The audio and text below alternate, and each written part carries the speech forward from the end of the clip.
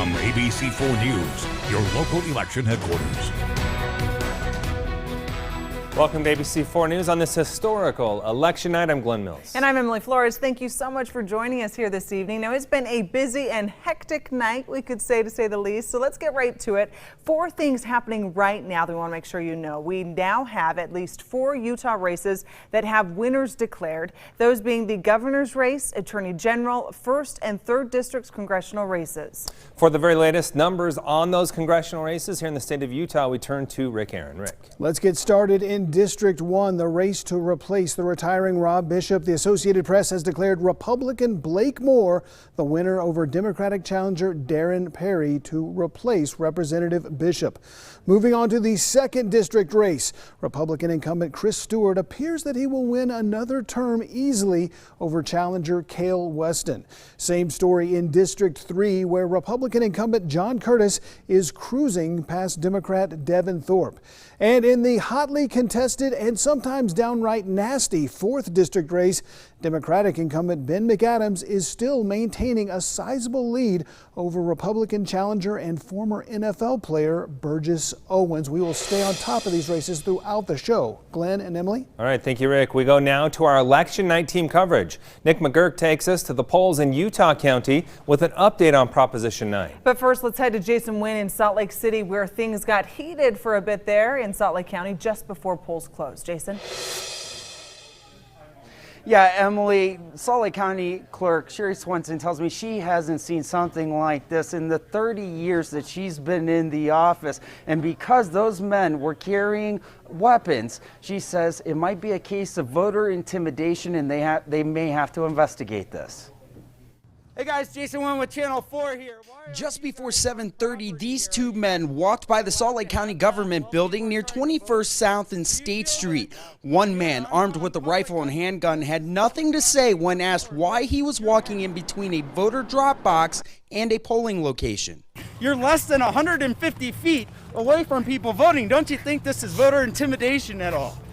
Do you guys think you're voter intimidating people? What's your name, sir? Passing through. Passing through says law enforcement told them they could walk through the polling area. Salt Lake County deputies tell me that's not true and tried to find the men. I asked our legal counsel about it, and he said someone would need to file a police report and then they would investigate it.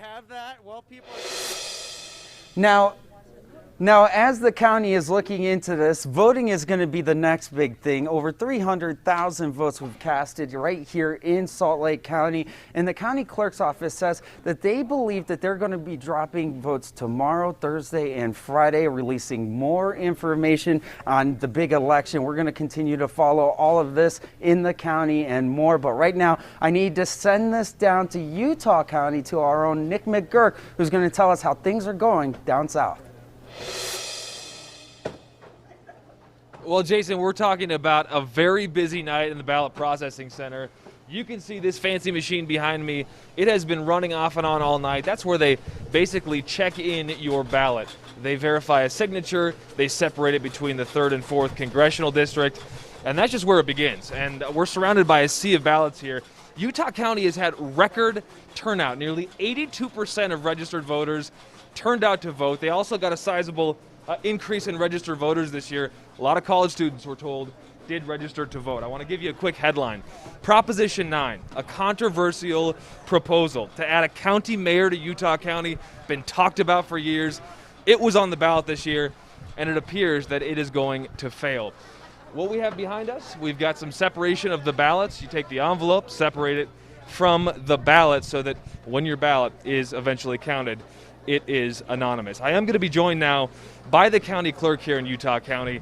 Let's just talk about what we're seeing tonight. I just mentioned Prop 9 likely to fail. Right. Give me a sense of the numbers and how long your team is going to be out here tonight. So my team will be here until midnight tonight. We just did a 10 o'clock release. We'll do another release of results at midnight. We're still processing ballots coming in from all of our drop boxes just to make sure we've got those numbers so that we can report those to the Lieutenant Governor's office first thing tomorrow so we know how many people voted here in Utah County. These guys will continue to process until about midnight. We'll send them home for a few hours and we'll be back at it again about 7 a.m. I know you're panting a little bit. You have been running around, as have we, trying to get a sense of what's going on.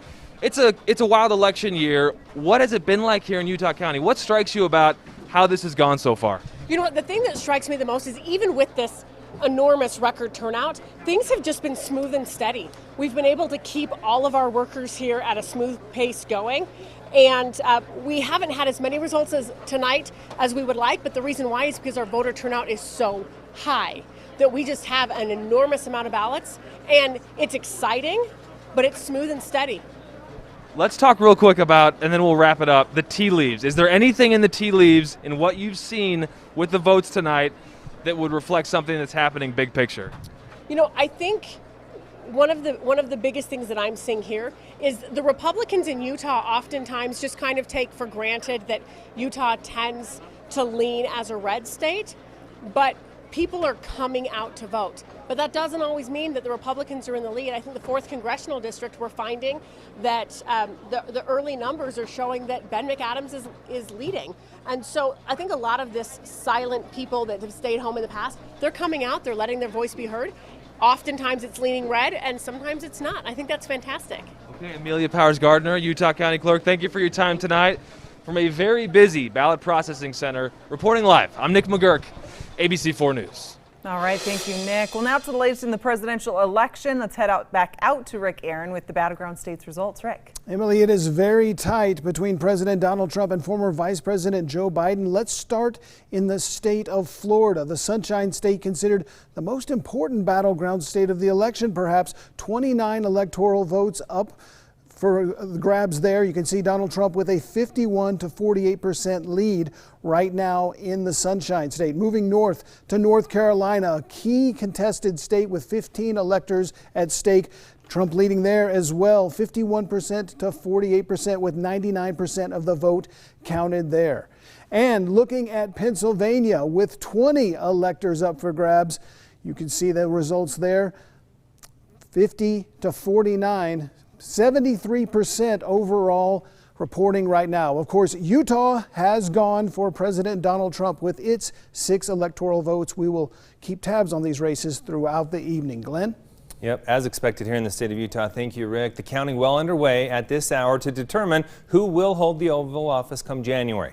President Trump and Joe Biden going down to the wire. Yes, each candidate campaigning until the very end, of course, a race that has divided our nation in part. ABC's Andrew Dimbert is keeping tabs in our nation's capital. The long, divisive road to the White House is nearing an end. The fight between President Donald Trump and former Vice President Joe Biden to lead the nation filled with personal attacks, fiery debates, and parallel visions for America's future. Can you imagine having Biden as your president? It's time for Donald Trump to pack his bags and go home. Now it's all coming down to a few states, and as results continue to pour in, sometimes you don't need the best guy in the world. What you need is that one's going to do what he said he was going to do. And you feel President Trump is that all man? The time. With the raging coronavirus pandemic, economic uncertainty, and racial injustices, this election has been unlike any other in American history. Record mail-in and early voting turnout exceeding 100 million. But on Election Day, many voters still braving long lines and technical difficulties to have their voices heard. From parts of Indiana to Georgia and Maryland, some waiting for hours to cast their ballots. Get Trump out of office, actually. I don't want him here at all. I hope that Trump wins and that we continue to move forward with the country. Meanwhile, President Trump and Joe Biden both campaigning down to the wire. Trump making his closing arguments for 4 more years, holding a blistering 14 rallies in 3 days, including drawing a massive crowd in Grand Rapids, Michigan. No matter what happens tomorrow, I'm very proud of you all. Biden holding his final drive-in rally last night in Pittsburgh, betting on the Keystone State to put him over the top. Power to change this country is in your hands. And when America votes, America will be heard. Sources tell ABC News that as the results started to come in the critical battleground state of Ohio, that the Trump team was originally concerned. But since then, President Trump has turned the corner in that state and taken a narrow lead over Joe Biden in the Buckeye State. Andrew Dimbert, ABC News, Washington. Thank you there. Well, in Salt Lake City, pending the outcome of the election results, businesses bracing for any potential civil unrest. Here's a look at City Creek Center. This was last night where many businesses boarded up their windows as precaution. However, they say they are still open during business hours. In addition to the national, state, and local elections, tribal members on the Native American reservation in San Juan County also participating in the Navajo Nation election. President Jonathan Nez says residents typically face a number of challenges and barriers when it comes to voting. Many people do not have home mail delivery and must travel far distances to post offices or the polls to vote. However, he says their voter turnout numbers look good this year. We're going to break numbers here. To see this many Navajos engage in the political process makes me proud to be the Navajo Nation president as well as a U.S. citizen.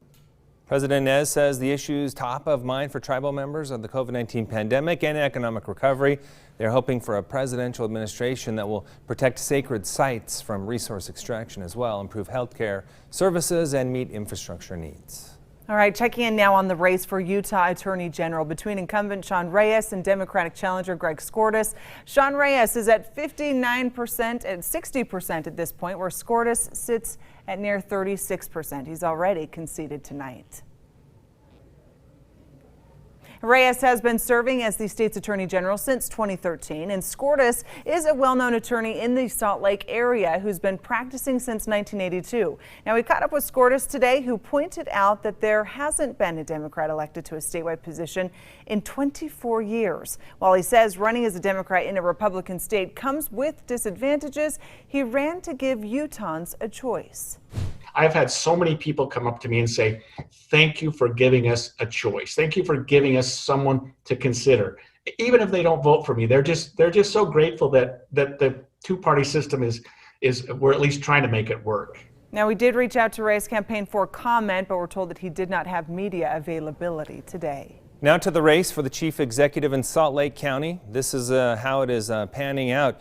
Jenny Wilson with a strong lead over Republican challenger Trent Staggs. She's at 57% of the vote compared to his 40. Now, Staggs originally stating that he jumped into that race following the Olympia Hills controversy. He's also publicly criticized Mayor Wilson's handling of the COVID-19 pandemic, saying that she did not do anything outside of a mask mandate, and even making the point that he would increase testing if elected. Now, both Wilson and Staggs telling ABC4 News earlier today that they would be campaigning right up until 8 p.m. for every last vote. I felt like I put everything on the table, making tough decisions during COVID. I know they were the right decisions. The voters want that change, and they want to be able to have somebody that can lower taxes, restrain spending, and implement a vision. Again, a very comfortable lead for Wilson tonight. As you may remember, she was elected to the position 2 years ago in a special election to take over the last 2 years of Representative Ben McAdams' term as county mayor. Staggs has been serving as the mayor of Riverton for the last 2 years. All right, coming up, we're checking back in on the race for the White House, an update on key battleground states. And there's that live look outside at the state capitol on election night. Many voted for above average warmth. The results are in, and I'm breaking them down in Utah's most accurate forecast.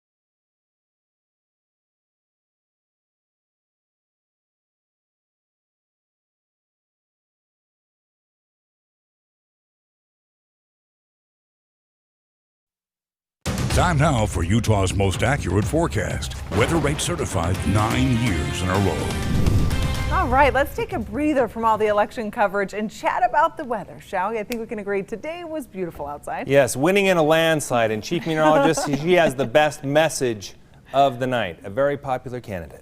Well, thank you for your votes, friends. I needed them. You know, we elected for some above average temperatures, and we saw that through a bulk of Utah. We take a look at our Southern Utah University time-lapse video, and you see some scattered showers that were out there. Yeah, you're going to watch those clouds on the move. Some isolated spotty precipitation. We saw it in places like Duchesne, Carbon County, as well as in Iron County. Look at that rainbow that pops up with those light showers. Just a trace at the Cedar City Airport, but some measurable moisture in a few other spots. At this hour, those showers are dwindling, and we're watching those clouds track over to the east. Drying trend settling in as we head into tomorrow. We were unsettled in central, eastern, and south central Utah. In the north, it was a bit of a different story. Hazy sunshine out there today with the warmth. Gorgeous sunset looking over the Spaghetti Bowl. Thank you to Chris Williams for emailing that our way. Temperatures were well above average, unseasonably warm as we hit 70 in Salt Lake, breaking a record in downtown Salt Lake. 70s and upper 60s for the rest of the Wasatch Front, mid 80s in St. George. Right now, those numbers dropping into the 40s and 50s, cooling things off,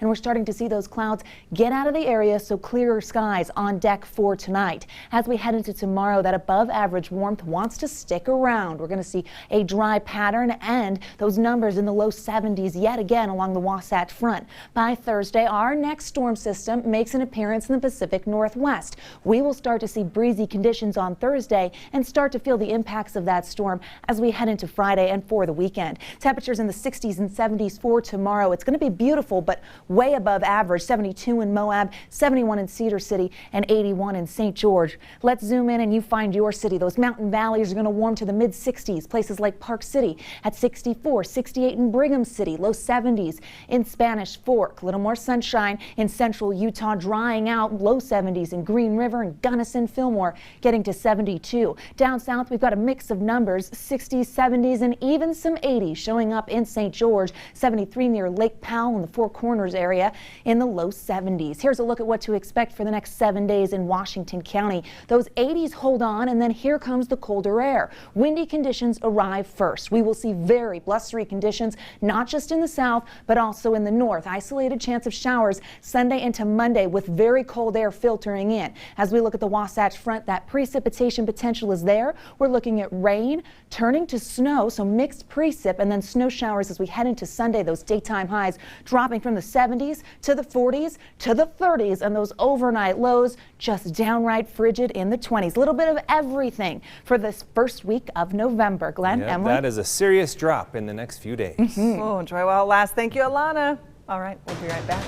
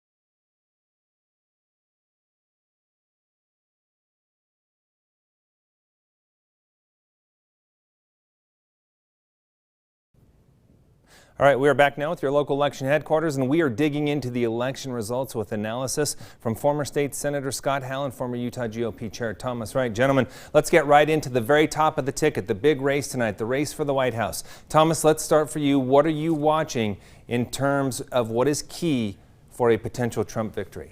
Well, you got to look now at Pennsylvania, Wisconsin, and Michigan. I mean, they've called Arizona. Ohio's been called.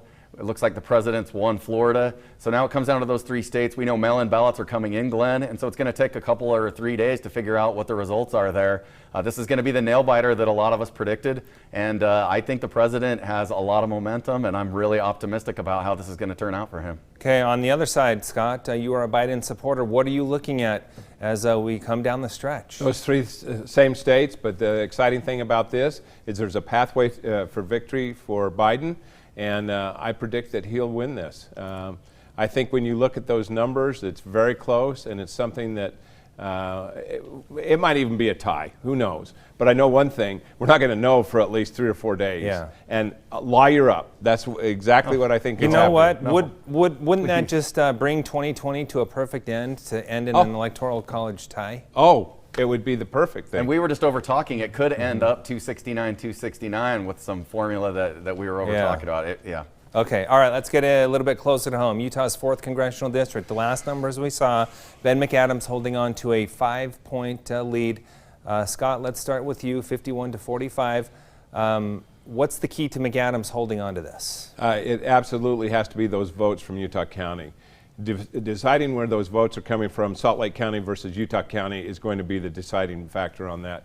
Again, I will say Ben is one of the best campaigners I've ever known, and I promise you he's got his finger right in the middle of that, trying to figure out where those votes are coming from. Okay, Thomas, when we first saw Utah County's numbers, you were feeling good about Owens, but then it started to move more into McAdams. So how do you expect this to play out over the next couple of days? Well, I'm thrilled that these ads will be off the air. That's number one. Can I just say, on behalf of all Utahns, thank you. I think even the candidates might agree with you on that. But anyway, no, we expected that this race would go to the congressman early. He opened up a big lead, and that's because the early voting favors the Democrat here and the incumbent. But since then, the gap has slowly narrowed. I expect it to narrow even more with the huge turnout in Utah County.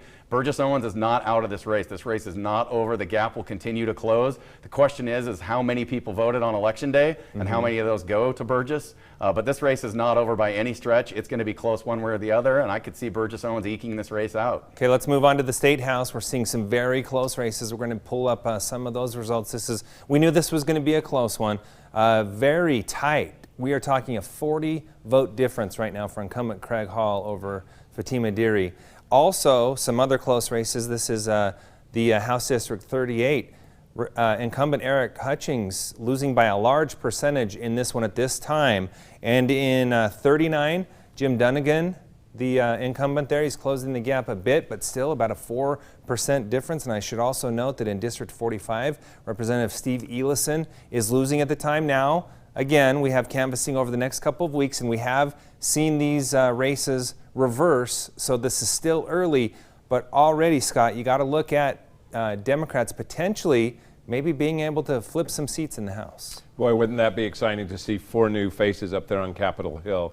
But I'll tell you, it's not over till it's over. And depending on how many absentee ballots and how many other of the provisional ballots that go in there, all of them are pretty much still not going to be decided for at least 2 or 3 more days.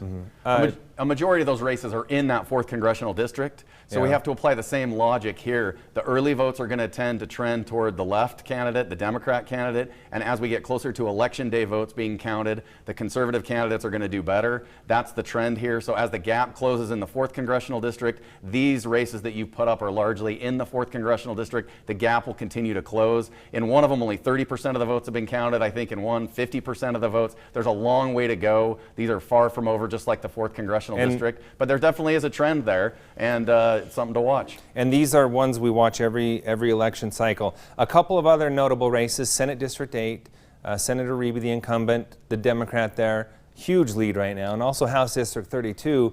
incumbent Democrat Suzanne Harrison with a big lead there as well. We thought these might be close races, Scott, but at this point they are not. Two great candidates, as I mentioned earlier tonight, and I think those are going to hold. I'll call that for Senator Rebbe and also for Representative Harrison. Great candidates, and they really did a great job of getting out and meeting the people. And I'm thrilled to have them up on Capitol Hill. Okay, Thomas, 30 seconds left. If Democrats are successful in chipping away here, what does that mean to the Republican Party in Salt Lake County? Well, look, I've been the Salt Lake County chairman. I've been the Utah Republican Party chairman. I know this. Salt Lake County is the battleground for Republicans. We cannot take these races for granted. They're uphill battles for us. We have to organize ourselves in those districts, and we have to get out the vote. This is a good reminder of that. And it's also a good reminder, Glenn, that these races, by and large, are really influenced by up-ticket races. You know, Biden is doing really well in these areas, and that's why these candidates are doing well. And so up-ticket races matter a lot, but so does organization. We can't take anything for granted. We won Salt Lake County in these seats by out-organizing the Democrats. Back in 2008 and 2009. We need to remind ourselves about that and start doing it again. Okay, we're going to have to end it on that note. Gentlemen, great insight. Thanks so much for being with us tonight. Thanks, Glenn. We'll be right back after the break.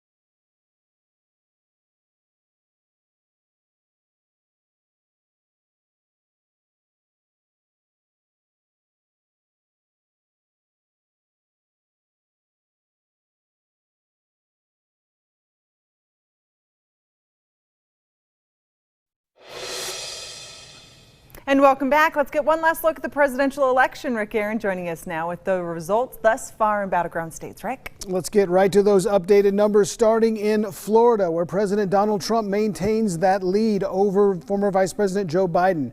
Moving north to the state of North Carolina, President Trump still leading there, although this one is extremely tight for those 15 electoral votes in the Tar Heels state.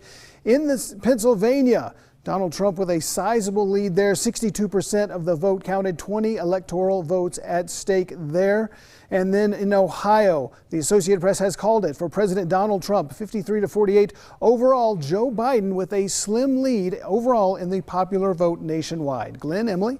All right, thank you very much. Now we're going to head to Alana Brophy with a last check of the weather forecast. Hi guys, above average warmth holds on. Low 70s expected along the Wasatch Front tomorrow. A drying pattern as we get rid of those scattered showers. 81 in St. George. Big changes headed our way towards the weekend with a stronger storm coming in. So enjoy this above average warmth that will hold on for another day or two before the winds start to pick up and the clouds start to move in. Changes on the way. Glenn, Emily, over to you. All right. Thank you very much, Alana. And thank you for joining us tonight. A very busy day and much more to come in the following days. Yes, this is far from over, that's for sure. Tune in to Good Morning Utah starting at 4:30 tomorrow morning with more election coverage. Again, thank you so much for joining us. We're always online at abc4.com. Good night.